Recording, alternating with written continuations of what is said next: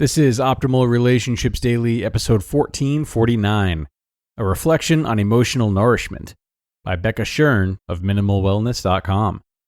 Hello, everybody, and welcome back to another bonus episode here on ORD. I'm your host, Greg Audino, back with you once again on a Sunday to give you some extra content. Now, the post you'll go on to hear today was originally aired on Optimal Health Daily and narrated by Dr. Neil Malik, our host and narrator over there. We think that you'll like it, though, as it really focuses on emotional health, specifically how to nourish yourself emotionally, which is, of course, vital to your relationship with yourself and others. So, let's turn it over to Dr. Neil for the narration as we optimize your life. A reflection on emotional nourishment by Becca Shern of MinimalWellness.com. A couple of summers ago, in a post called Emotional Nourishment, I wrote about a 150-day personal challenge I undertook, which included daily meditation, yoga, and abstinence from alcohol. My hope was that the Emotional Nourishment Challenge would help improve my awareness of and ability to handle stressful times. The 150 days ended on December 31st, 2017. And now that we're well beyond that, it's time to discuss and reflect upon that experience. During the first few weeks and months of the experiment, I kept a daily journal detailing my emotional and physical responses to the 3 lifestyle modifications. I focused on making the daily effort required to sit, breathe deeply, and release my thoughts. Practicing yoga was an enjoyable struggle, and I found meditation to be a mini mental retreat. Somewhat to my surprise, avoiding alcohol wasn't that hard. As the weeks progressed, instead of burying my stress and emotions, I slowly learned to better process and release them. My disposition got sunnier. I became calmer, more relaxed, and less easily agitated. The tension lines in my face diminished. My sleep improved. My skin had a subtle new glow. Most importantly, I felt my primary relationships with my 4-year-old daughter and my partner shifted positively. Instead of being swept up in the torrent of my little girl's experience, my more grounded stance helped us connect and allowed me to see and guide her with more curiosity and compassion. Joshua and I started interacting on an even deeper level without the noise from my unresolved stress.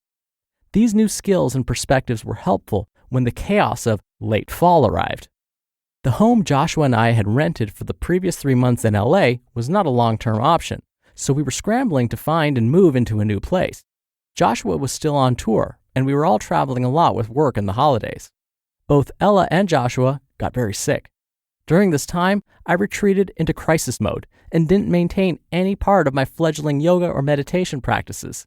I was frustrated with myself for not practicing, but couldn't muster the mental resolve to get back to it either. Thankfully, I did much better with alcohol. During those final 2 months of 2017, I partook in the occasional adult beverage in social or celebratory settings. Luckily, the challenge worked well in resetting my stress response use of alcohol. After a couple of months of complete abstinence, I realized I could reintroduce it in an intentional, non-pacifying way.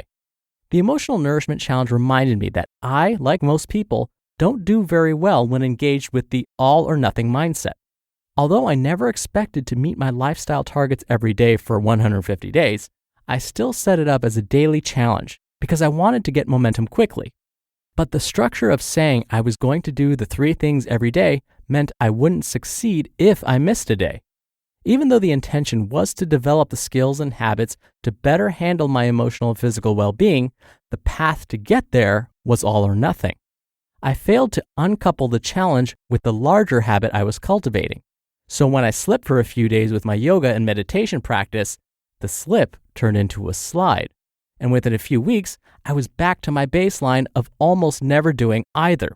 Of course, this was precisely the time when meditation and yoga would have helped me keep my together and prevent the mini meltdown that occurred.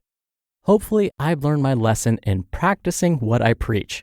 I never recommend clients try and develop big daily habits from a starting place of 0. The vast majority of us won't stick to the daily habit long term if it's too far from our baseline. When we slip, the all-or-nothing approach results in feeling defeated and less likely to take the deliberate steps in the direction we want to travel. Since the start of this year, I've made more of an effort to meditate and I'm doing 5 to 10 minutes several days per week.